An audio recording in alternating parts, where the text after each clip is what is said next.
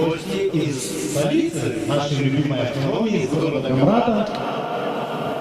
Это коллектив Колайсис Лири. Аплодисменты. Руководитель Татьяна Метеоглу. И первая девушка, которая будет петь на сцене песню, по очень случайному стечению обстоятельств, носит замечательную фамилию Цой. К вашему вниманию Аня Цой с песней «Звезда по имени Солнце».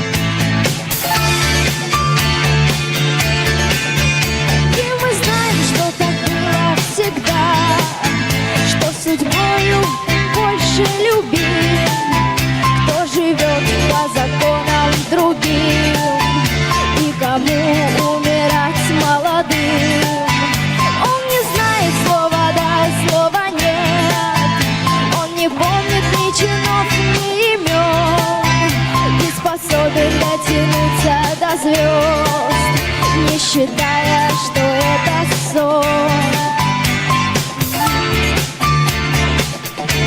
По имени Солнце.